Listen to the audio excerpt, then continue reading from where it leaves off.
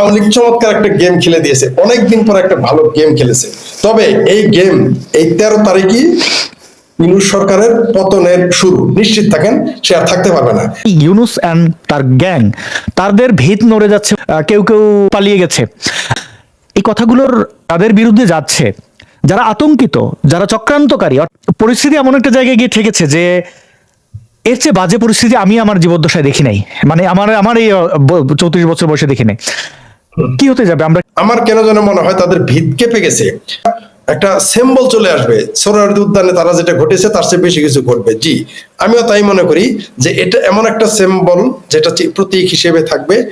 এখানে যদি শুধুমাত্র এটা কিন্তু লকডাউন ঘোষণা করেছে আওয়ামী লীগ, আওয়ামী লীগ কিন্তু বলে নাই আন্দোলনে যাবে, যমুনা দখল করবে, পদ্মা দখল করবে, গঙ্গা দখল করবে, এগুলো কিন্তু বলে আওয়ামী লীগ বলছে হ্যাঁ, লকডাউন ঘোষণা করাতেই আমাদের জাহাঙ্গীর ভাই যে বলছে যে 50% আর্মি তো ফিরে যাবে, এটা তো আমরা বলি নাই, কিন্তু তাদের কিন্তু প্রেস নোট আছে।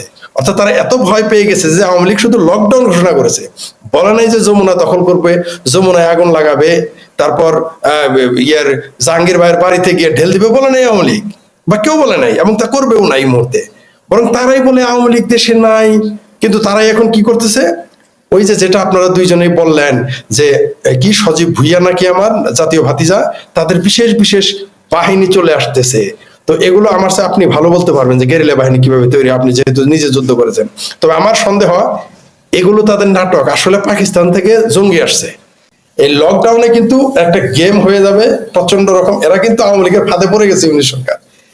এই লকডাউন যে ঘোষণা করেছে, ওই যে আমি উদাহরণটা আবার দেই, সেটা কয়েক জায়গায় দিয়েছি। নিশ্চয়ই খলনায়ক সিনেমার কথা আপনার মনে আছে, ভারতের হিন্দি সিনেমা। সঞ্জয় দত্তকে যখন জেলখানায় পেটায় অনুপম খের, তখন সে কি বলে, রাতে তো ঘুমায়, বলে আমি কিন্তু 7 দিনের মধ্যে পালাবো।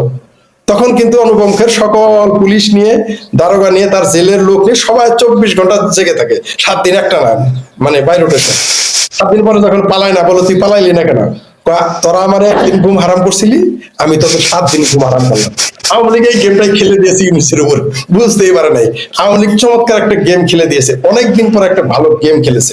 তবে এই গেম এই 13 তারিখই ইউনূস সরকারের পতনের শুরু, নিশ্চিত থাকেন, সে আর থাকতে পারবে না। যখন এইখানে পাকিস্তানের যুদ্ধজাহাজ, পানির যুদ্ধজাহাজ চলে আসছে কি সৌজন্য সাক্ষাৎ বলে, তখনই কিন্তু প্রমাণ হয়ে গেছে যে ভূ রাজনীতি পাল্টে যাচ্ছে।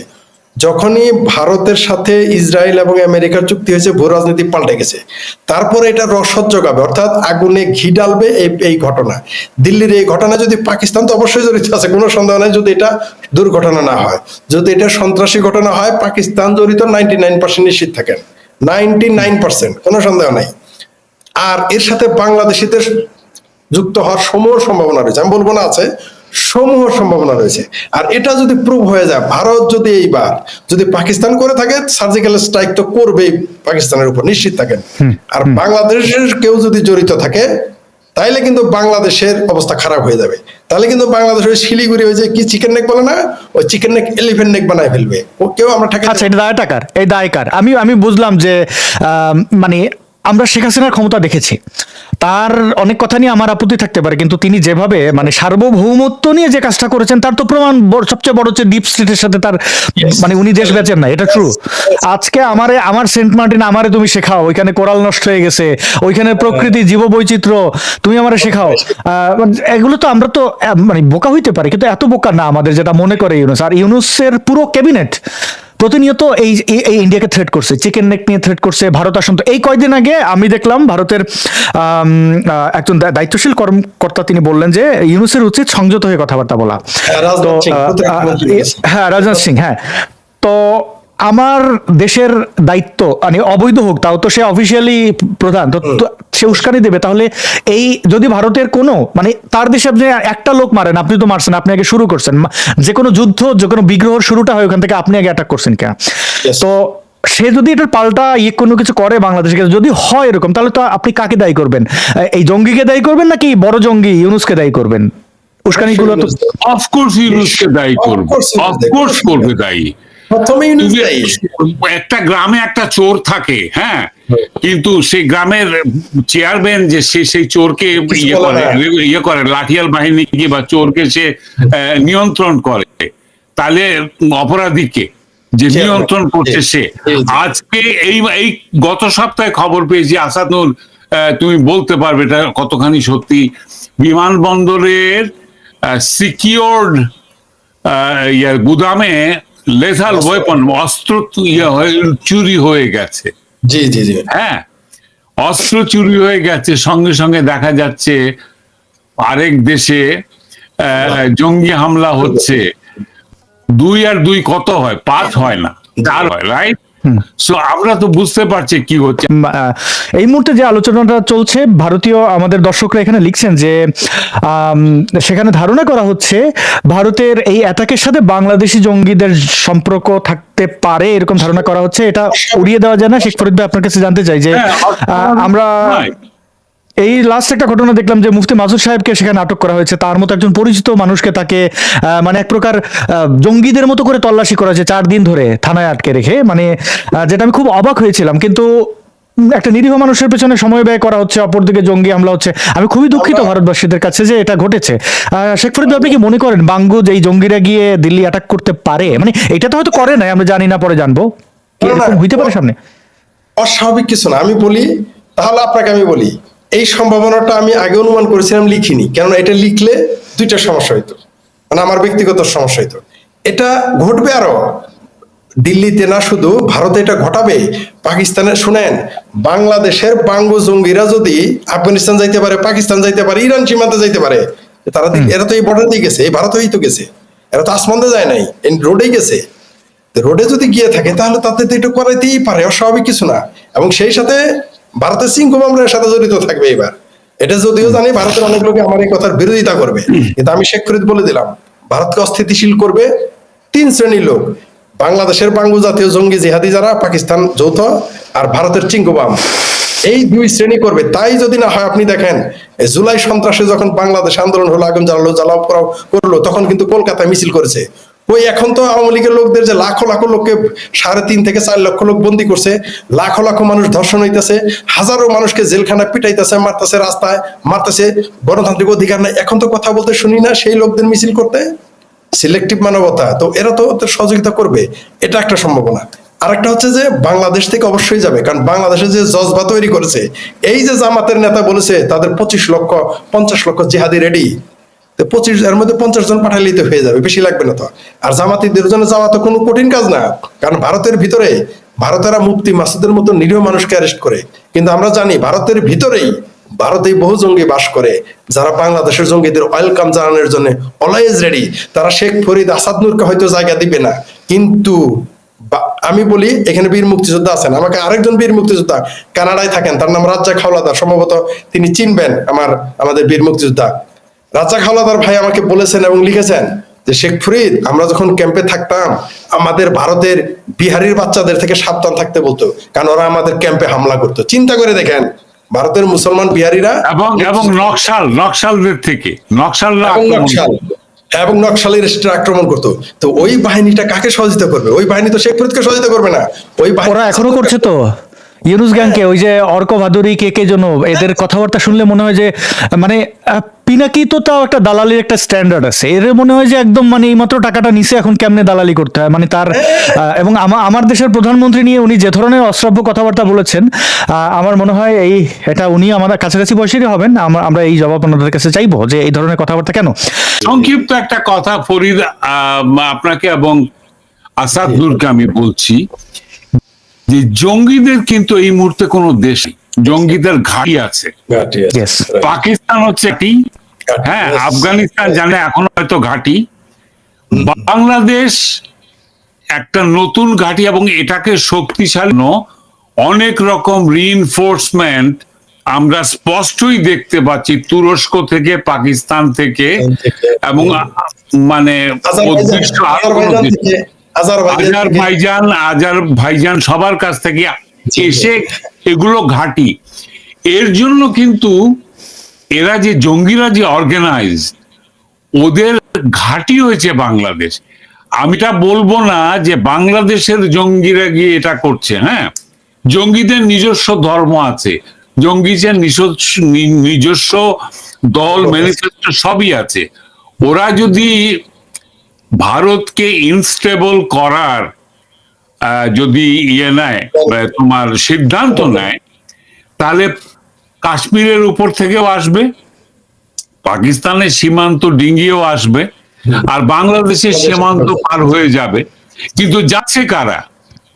এটাকে সগির আলী বা আসলাম বা এই নিতাই নিমাই এরা যাচ্ছে না, এরা জঙ্গিরা যাচ্ছে। সেই জঙ্গিরা কোথায় ট্রেনিং, কোথায় ঘর, কোন দেশের, মিলে একসঙ্গে যদি এখন যদি দেখা যায় একটা পাকিস্তানি জঙ্গি, একটা বিহারি আর একটা বাঙালি জঙ্গি, বাঙ্গু জঙ্গি ফরিদের ভাষায় একসঙ্গে দল মিলে যায়, আমরা কি তাকে বলবো যে এটা শুধু বাংলাদেশের? তা তো বলবো না। 13ই নভেম্বর কি হবে? শুধুমাত্র এই তুই আওয়ামী লীগ করিস বলেই কিন্তু অনেকগুলো খুন হয়ে গেছে, প্রায় 400-500 খুন তো আমরা নথিবদ্ধ, যে পিটিয়ে খুন করেছে, কুবিয়ে খুন করেছে, বাড়িতে ঢুকে জবাই করেছে, লুট করেছে, বাড়ি ভেঙে চুরমার করে দিয়েছে, মায়ের সামনে ছেলেকে খুন করেছে, জাস্ট ছাত্র লীগ করতো। হ্যাঁ, আজকে আওয়ামী লীগকে নিষিদ্ধ করো, নিষিদ্ধ করো, নিষিদ্ধ করো, ক্রমাগত জোপে জোপে এটাকে আওয়ামী লীগকেই একটা জঙ্গি, একটা বিভৎস রকমের শক্তি হিসাবে এরা প্রচার করে যাচ্ছে। কিন্তু এখন আওয়ামী লীগ ক্ষমতায় নেই, কাজে যা কিছু অন্যায় ঘটছে আওয়ামী লীগ করেছে বলে দোষ আর দেওয়া যাবে না। এখন যেটা অবশিষ্ট দাঁড়িয়ে আছে, যারা যারা দেওয়ালে পিঠ ঠিকেছে বলে এবার যারা এগিয়ে আসছে, এরা কিন্তু আওয়ামী লীগের মাখন খাওয়া ব্যবসায়ী গোষ্ঠী নয়, এরাই জনগণ যারা আওয়ামী লীগকে তৈরি করেছিল, এরাই জনগণের আওয়ামী লীগ। এবং এরা যখন এগিয়ে আসবে এদের গায়ে হাত দেবেন না, ভয়ঙ্কর।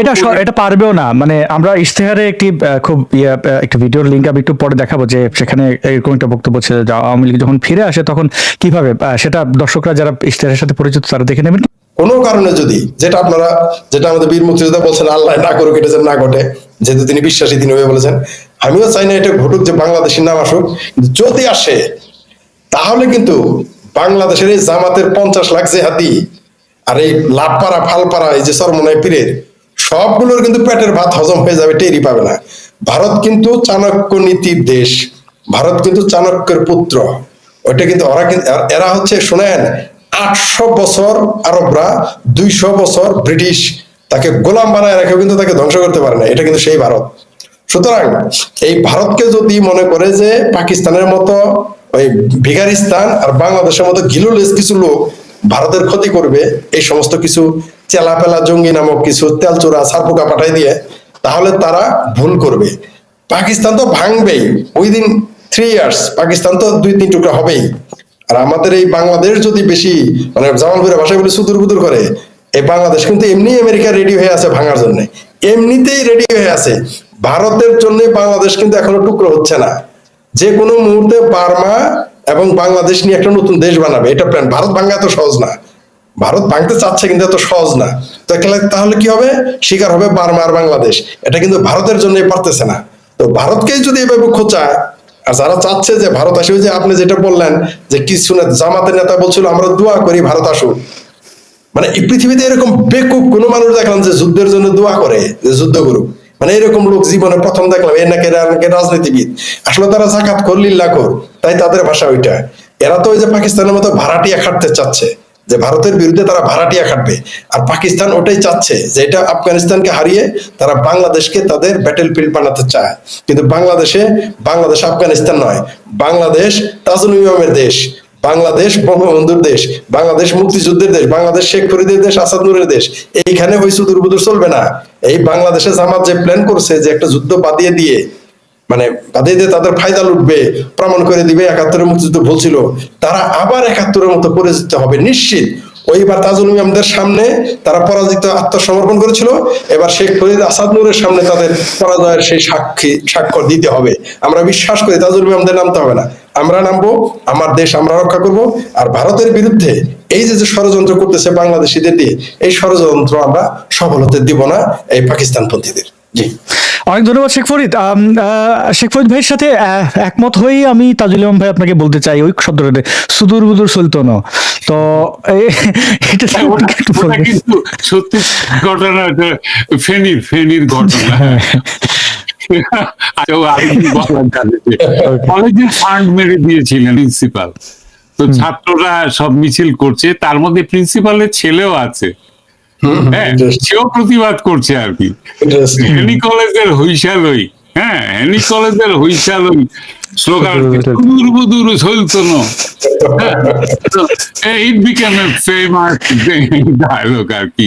বাট কিন্তু চুরবুদুর কথাটা কিন্তু টার্কিশ, কিভাবে জানি, তাই নাকি? আমার অফিসে, আমার গ্রাফিক ডিজাইনিং এর অফিসে বসে আমি ফোনে কথা বলছি আমার এক তুই তোকারি বন্ধুর সাথে, হ্যাঁ, তো ওকে আমি ধমক দিয়ে বলেছি তুই এটা নিয়ে এক্ষুনি আসবি, আর কোনো চুদুর বুদুর আমি শুনতে চাই না, হ্যাঁ।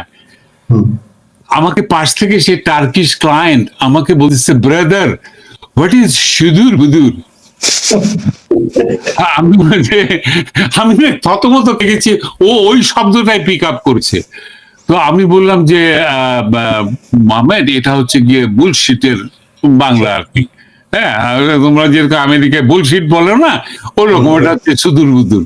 বলে that is exactly in my language, in Farsi সুদূর বুদুর মিনস ডোন্ট সুদূর বুদুর with me, means don't bullshit with me.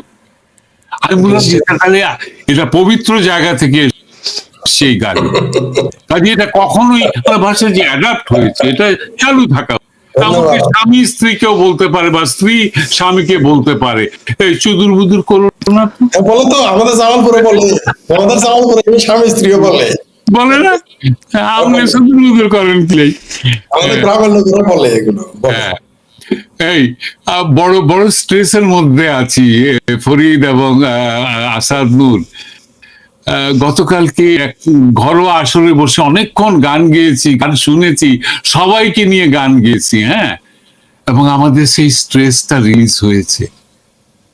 হ্যাঁ, বাংলাদেশের মানুষকে বলতে চাই, আমার শৈশবে সন্ধ্যাবেলা বা সকালবেলা পাড়ার মাঝখান দিয়ে হেঁটে গেলে শুনতে পেতাম সারে গা রে গামা গামা পা মা পা ধা, গলা সাজছে কোনো কিশোর কিশোরী। আজকাল সেটা শোনা যায় না।